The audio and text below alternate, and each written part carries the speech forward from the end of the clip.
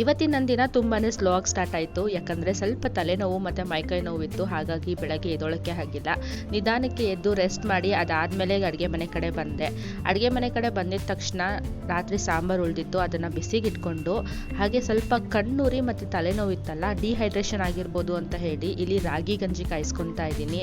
ಇದು ಸ್ವಲ್ಪ ಬಾಡಿ ಹಿಟ್ಟನ್ನ ಕಮ್ಮಿ ಮಾಡುತ್ತೆ. ಇದನ್ನು ಚೆನ್ನಾಗಿ ಕುದಿಸ್ಕೊಂಡು ಇದಕ್ಕೆ ಸ್ವಲ್ಪ ಮಜ್ಜಿಗೆ ಆ್ಯಡ್ ಮಾಡ್ಕೊಂಡು ಕುಡಿದ್ರೆ ಇನ್ನೂ ಚೆನ್ನಾಗಿರುತ್ತೆ. ಸೊ ಬೆಳಗಿನ ಬ್ರೇಕ್ಫಾಸ್ಟಿಗೆ ನಾನು ಅಷ್ಟಕ್ಕಿಲ್ಲದೆ ಹೇಳ್ತಾರ ಆರೋಗ್ಯವೇ ಭಾಗ್ಯ ಅಂತ ಹೇಳಿ. ನಮ್ಮ ಹತ್ರ ಏನಿದ್ರು ಆರೋಗ್ಯ ಒಂದಿಲ್ಲ ಅಂದರೆ ಏನೂ ಇಲ್ದಿರೋ ಲೆಕ್ಕನೇ ಬರುತ್ತೆ. ಈ ಗಿಡ ತಂದಾಗ ಚೆನ್ನಾಗೇ ಇತ್ತು, ಬಟ್ ಈ ನಡುವೆ ಯಾಕೋ ಎಲ್ಲ ಎಲೆಗಳು ಹಣ್ಣಾಗಿ ಉದುರೋಗ್ತಾ ಇದ್ದಾವೆ. ಹಾಗಾಗಿ ಹಣ್ಣಾಗಿರೋ ಎಲೆಗಳನ್ನೆಲ್ಲ ಕಟ್ ಮಾಡಿ ಚೆನ್ನಾಗಿರೋ ಎಲೆಗಳನ್ನೆಲ್ಲ ನೀಟಾಗಿ ತೊಳೆದು ನೀರು ತುಂಬಿಸಿ ಈ ಥರ ಎತ್ತಿಕ್ಕೊತಾ ಇದ್ದೆ. ಈ ಕಡೆ ನಮ್ಮತ್ತೆ ಚಿರಸ್ವಿಗೆ ಊಟ ಮಾಡ್ಸೋಕ್ಕೆ ಟ್ರೈ ಮಾಡ್ತಾ ಇದ್ರೆ ನೋಡಿ ಯಾವ ಲೆವೆಲಿಗೆ ಆ್ಯಕ್ಟಿಂಗ್ ಮಾಡ್ತಾ ಇದ್ದಾಳೆ ಅಂತ. ಅವಳಿಗೆ ಒಟ್ಟಾರೆ ಊಟ ಮಾಡೋಕ್ಕಂತೂ ಇಷ್ಟ ಇರಲ್ಲ. ಇವತ್ತು ಯಾಕೋ ಅನ್ನಕ್ಕೆ ಒಂದು ಅರ್ಧ ಗ್ಲಾಸ್ ನೀರು ಜಾಸ್ತಿ ಆಗೋಗಿತ್ತು, ಗಂಜಿ ಸುತ್ಕೊಂಡ್ಬಿಟ್ಟಿತ್ತು. ಅದನ್ನು ಹಾಗೆ ತಿಂದರೆ ಚೆನ್ನಾಗಿರಲ್ಲ ಅಂತ ಹೇಳಿ ಮೊಸರನ್ನ ಮಾಡ್ಕೊತಾ ಇದ್ದೀನಿ. ನಾನು ಮೊಸರನ್ನಕ್ಕೆ ಒಗ್ಗರಣೆ ಎಲ್ಲ ಹಾಕಿ ಮಾಡ್ಕೊಳ್ಳಲ್ಲ.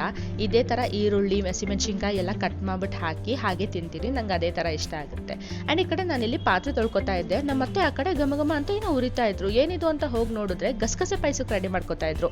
ಡೀಟೇಲ್ಡ್ ರೆಸಿಪಿ ಇಲ್ಲ, ಸ್ವಲ್ಪ ವಿಡಿಯೋ ಮಾಡ್ಕೊಂಡಿದ್ದೀನಿ, ಹಾಗೆ ಎಕ್ಸ್ಪ್ಲೇನ್ ಮಾಡ್ತೀನಿ, ಅಡ್ಜಸ್ಟ್ ಮಾಡ್ಕೊಳ್ಳಿ. ಇಲ್ಲಿ ಸ್ವಲ್ಪ ಅಕ್ಕಿ ಮತ್ತು ಗಸಗಸೆನ ಹುರಿದು ನೆನಾಕಿಟ್ಕೊಂಡಿದ್ದಾರೆ. ಆ್ಯಂಡ್ ಸ್ವಲ್ಪ ಶಾವ್ಗೆನೂ ಹುರಿದು ಎತ್ತಿಟ್ಕೊಂಡಿದ್ದಾರೆ.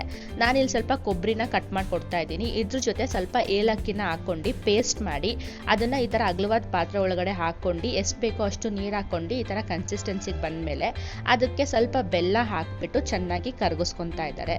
ಇದೆಲ್ಲ ನೀಟಾಗಿ ಕರಗಾದ್ಮೇಲೆ ಅದಕ್ಕೆ ಶಾವ್ಗೆ ಹಾಕಿ ಅದೆಲ್ಲ ನೀಟಾಗಿ ಬೆಂದ ಮೇಲೆ ಇದಕ್ಕೆ ಸ್ವಲ್ಪ ತುಪ್ಪ ಹಾಕಿ ಅದಾದಮೇಲೆ ದ್ರಾಕ್ಷಿ ಗೋಡಂಬಿ ಹಾಕಿ ಚೆನ್ನಾಗಿ ಹುರಿದ್ಬಿಟ್ಟು ಅದನ್ನು ಇದರೊಳಗಡೆ ಸೇರಿಸ್ಕೊಂಡ್ರೆ ಘಮ ಅಂತಿರೋ ಪಾಯಸ ರೆಡಿ ಆಗುತ್ತೆ. ಇದೆಲ್ಲ ಚೆನ್ನಾಗಿ ಕುದಿಬೇಕು. ಇದಾದರೆ ನಮ್ಮ ಸೂರ್ಯವಂಶದ ಗಸಗಸೆ ಪಾಯಸ ರೆಡಿ ಆಗುತ್ತೆ.